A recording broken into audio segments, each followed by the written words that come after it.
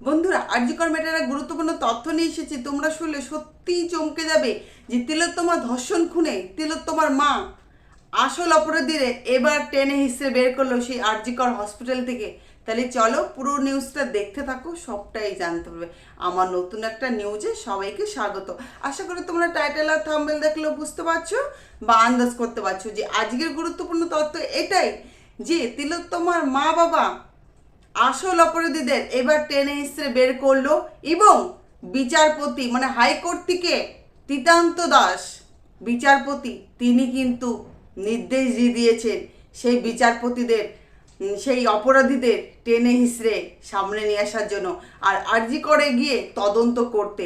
সিবিআইয়ের উপরে ভরসা তিলোত্তমার মা বাবার উঠে গেছে। হ্যাঁ, প্রথমত বলি, তিলোত্তমার ধর্ষণ করে কিন্তু একের পর এক অপরাধী কিন্তু সামনে এসেছে এবং একের পর এক অপরাধীদের কিন্তু আড়াল করেছে। কিন্তু আড়াল করার কারণটা কি ছিল?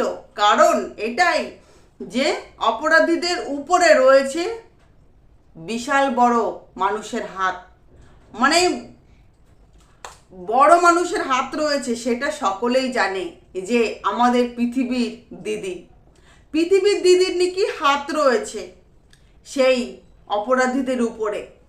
এবং তিলোত্তমার মা বাবা বিচারপতির সামনে জানিয়েছে যে সিবিআইয়ের উপরে আমরা আর ভরসা করতে পারছি না, কারণ সিবিআই তো টাকা খেয়ে কেসটাকে ধামাচাপা দিতে চাইছে এবং কি অপরাধীদের আড়াল করতে চাইছে এবং কি সঞ্জয়কে বিনা কারণে কিন্তু তাকে যাবজ্জীবন কারাদণ্ড বাস করতে হচ্ছে।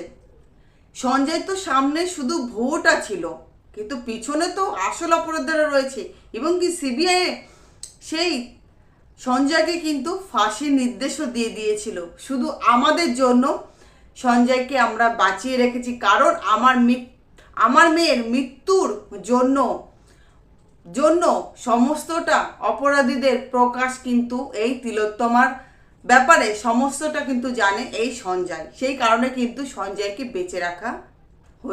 বাঁচিয়ে রাখা হয়েছে এবং কি সেই পারমিশন নিয়ে বিচারপতির কাছ থেকে পারমিশন নিয়ে তিলোত্তমার মা বাবা আবার তদন্তই নামলো। তিনারা আর কাউকে ভরসা করতে পারছে না, না পুলিশ না সিবিআই। সেই জন্য তিলোত্তমার যেখানে সেমিনার রুমে যে বডিটা পড়েছিল সেই সেমিনার রুমে কিন্তু ভালোভাবে তদন্ত করছে সেই তিলোত্তমার মা বাবা। তিনারা মানে জোর ঝাড় ধুয়ে লেগে পড়েছে, এতটা লেগে পড়েছে যে মেয়ের অপরাধীদের সামনে আনতেই হবে, নইলে ওনার মেয়ের আত্মা শান্তি পাবে না। আসল অপরাধীদের কঠোর থেকে কঠোর শাস্তি দেওয়া হবে এবং কি সন্দীপ ঘোষ যে এই কাজের সঙ্গে সমস্তটা যে যুক্ত এবং এর সঙ্গে যে একাধিক মানুষ যুক্ত ছিল সেটা কিন্তু সকলেই জানে এবং কি গোটা পশ্চিমবঙ্গ জানে। এদের বিরুদ্ধে কোনো প্রমাণ বা তথ্য কিন্তু সিবিআই জমা দিতে পারেনি, কারণ এদের বিরুদ্ধে কোনো প্রমাণ তথ্য সিবিআই নাকি পায়নি। আবার এদিকে শোনা গেছে তারা নাকি দুর্নীতিতে এবং আমার মেয়েকে টর্চার করতো, যে আমার মেয়ে লাল ডায়েরিতে বড় বড় অক্ষর করে লিখে গিয়েছিল। সেই ডায়েরির পৃষ্ঠা কিন্তু মেন পৃষ্ঠাগুলো কিন্তু কেউ ওখান থেকে প্রমাণ লুপাট করার জন্য পৃষ্ঠাগুলোকে উধাও করে দিয়েছে। তার থেকে এটাই বোঝা যায় যে আমার মেয়ে গোপন তথ্য এই অপরাধীদের বিরুদ্ধে কিছু লিখে গেছিল বা লিখে যাওয়ার চেষ্টা করেছিল। এরা সমস্যাটা জানার পরেও সেই পৃষ্ঠাগুলোকে কিন্তু হাবিশ করে দেয় এবং কি যেখানে ময়না তদন্ত করা হয়েছিল সেখানেও কিন্তু পোস্টমর্টম রিপোর্টও কিন্তু ভুল রিপোর্ট এসছে।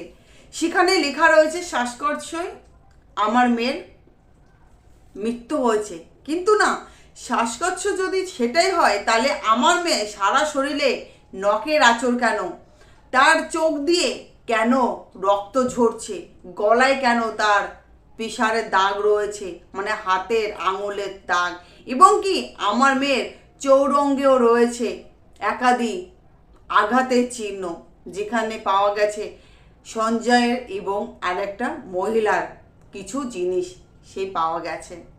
এত কিছু পাওয়ার পরেও কি করে বলছে যে এর পিছনে সুসাইড রয়েছে? এটা সুসাইড কেস। এখানে কেউ তিলোত্তমাকে হত্যা করেনি বা ধর্ষণ করেনি, কারণ তারা এই কেসটাকে ধামাচাপা দিতে চাইছে।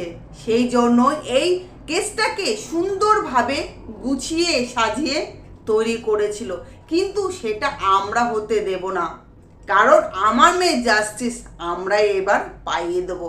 সেই জন্য তিলোত্তমার মা বাবা কিন্তু উঠে পড়ে লেগেছে আর জি কর হসপিটালে, আর সেখান থেকে কিন্তু একাধিক প্রমাণ তথ্য কিন্তু খুঁজে বের করছে। এবং কি সেমিনার রুমের পাশে যে বাথরুমটাকে ভাঙা হয়েছিল সেখানো কিছু জিনিস খুঁজে পেয়েছে, এবং আটতলার ওটি রুমে কিন্তু যে রক্ত ছিল, মানে তালাটা যে সিল করেছিল সেটা কিন্তু পরবর্তীকালে সিবিআই সেটা ভাঙার চেষ্টা করেছিল এবং ভেঙেও ছিল। সেখান থেকে কিন্তু কিছু মহিলার বা কিছু মানুষের কিন্তু রক্তর পাওয়া গেছিলো, মানে স্যাম্পেল পাওয়া গেছিলো, সেখানে তিলোত্তমার স্যাম্পেলও ছিল। সেখানেও তিলোত্তমার মা বাবা তদন্ত করছে বা খোঁজাখুঁজি করছে, সেখান থেকে উঠে এসেছে অপরাধীদের নাম।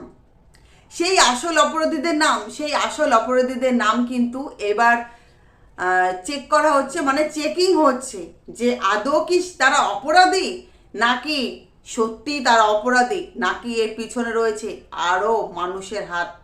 সেটাই কিন্তু তিলোত্তমার মা বাবা এবার বিচারপতির সামনে, আর বিচারপতি কিন্তু পরিষ্কার করে লিখে দিয়েছে তিলোত্তমার মাকে বাবাকে নোটিশ, যে তিনারা তার মেয়ের তদন্তের জন্য নিখুঁতভাবে সেটা তদন্ত করতে পারে, সেটা কারোর দাবি নেই, মানে কেউ বাধা দিতে পারে না এই কাজে।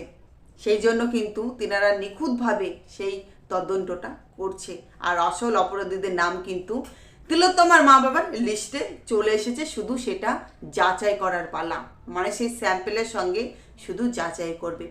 যাই হোক, আজকের নিউজটা এই পর্যন্ত। নিউজটা যদি ভালো লেগে থাকে অবশ্যই চ্যানেলটিকে সাবস্ক্রাইব করে আমার নিউজে একটা লাইক করে আমার পাশে থাকবেন, আর সবাই একসঙ্গে বলবেন উই ওয়ান্ট জাস্টিস, আমরা তিলোত্তমার বিচার চাই।